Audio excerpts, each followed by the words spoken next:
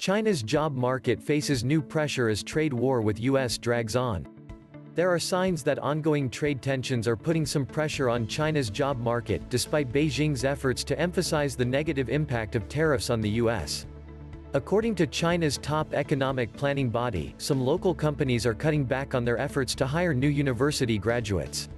Due to the impact from the continued increase of China-U.S. economic trade frictions and other uncertainties, recruitment demand for university graduates is tightening in internet, finance and other industries, according to a statement to CNBC from a spokesperson for the National Development and Reform Commission (NDRC).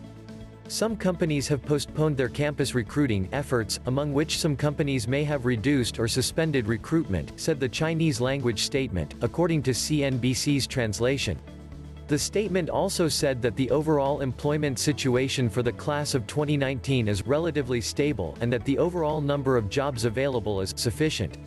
The world's two largest economies have been locked in a trade dispute for more than a year. Each country has applied tariffs to billions of dollars worth of goods imported from the other.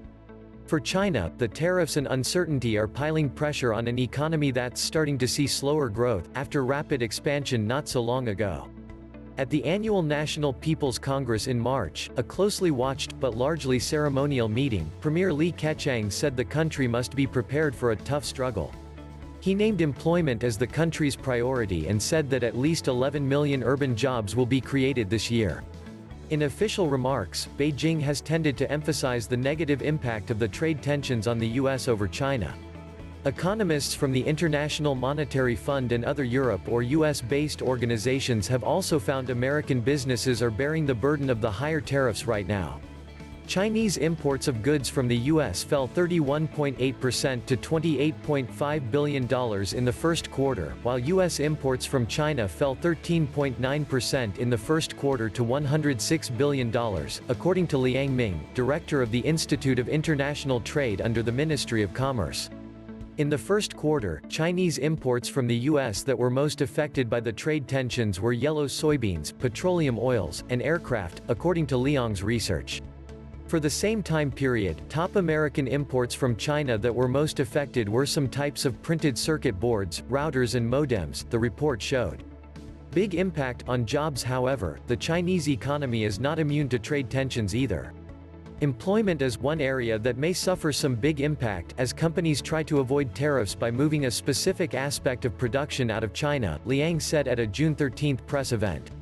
That's why we are asking local governments to work out and to find out the detailed information at factories, so the way to cope with such a situation is to reduce production, but not lay off staff.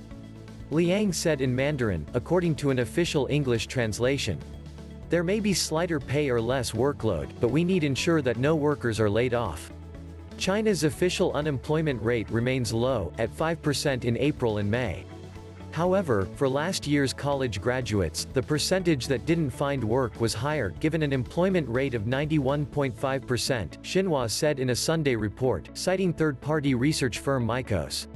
A record 8.34 million people are expected to graduate from China's universities this year, up from 8.2 million last year, according to state news agency Xinhua. On Monday, state agency NDRC laid out 4 ways that it's trying to keep employment stable.